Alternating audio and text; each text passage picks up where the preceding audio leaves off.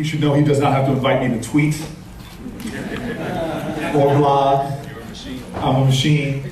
Look, I'm thrilled beyond belief about who is here today. This is a culmination of so many good actors on a field where there is much work to be done.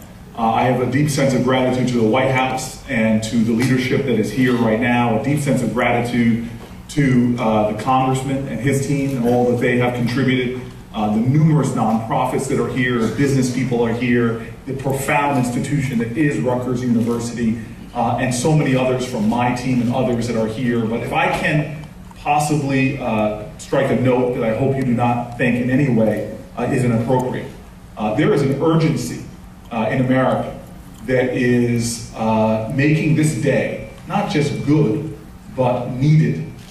We have a painful reality to face.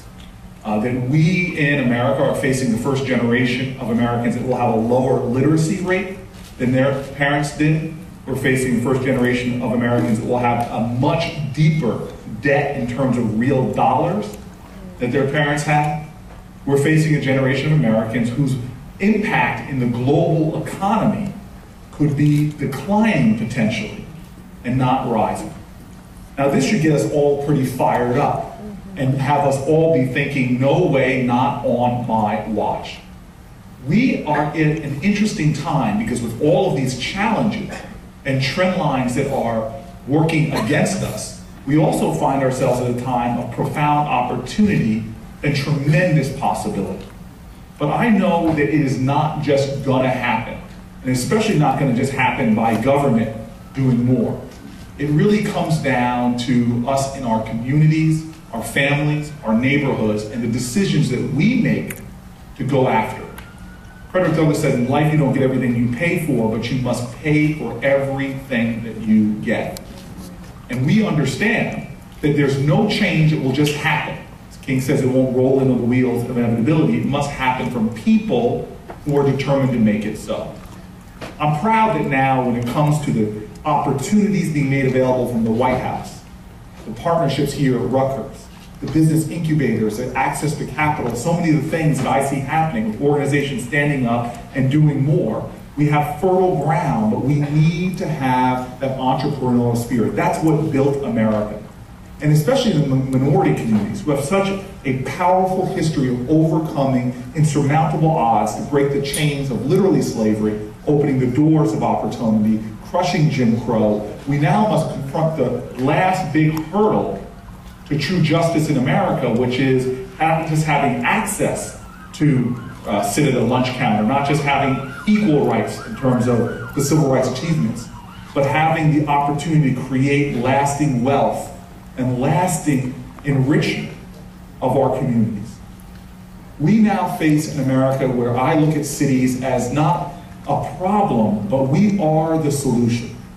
We here in urban America will either be the engines of economic opportunity or we will be the opportunity lost. And if we lose that opportunity, our nation will decline. Here in Newark, we are reinventing ourselves in this image of hope. We are finding ways to attract capital to our city. We're seeing development in our city like we haven't seen in my entire lifetime, with new buildings and hotels and others going up in our downtown. We're attracting tech companies like Panasonic here or Audible.com. We're taking advantage of the innate assets that every urban area has, like transportation superstructures. But if we don't begin to better position local community, not just to take advantage of the jobs that are available, but more importantly, to create the wealth, to be the engines of economic opportunity themselves, then we will not capture the great promise of this nation. We will not fulfill what I think is the destiny of the city of Newark and other cities. So today, to me, this is what that is about.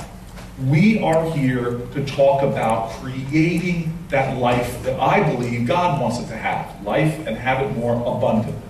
We are here to create those partnerships and those connections. We're here to open eyes and help people to better understand. We're helping people to realize that we here have all the raw material, all the resources we need, but we must now do all that is necessary to have those kind of economic breakthroughs that will make our generation known not for decline, but known as the ascending generation that claimed the truth of America and the promise of our people.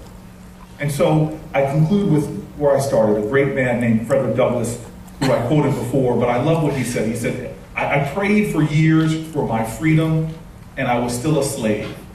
It wasn't until I started praying with my hands and praying with my feet that I found my freedom. Let us roll up our sleeves. Let us go to work.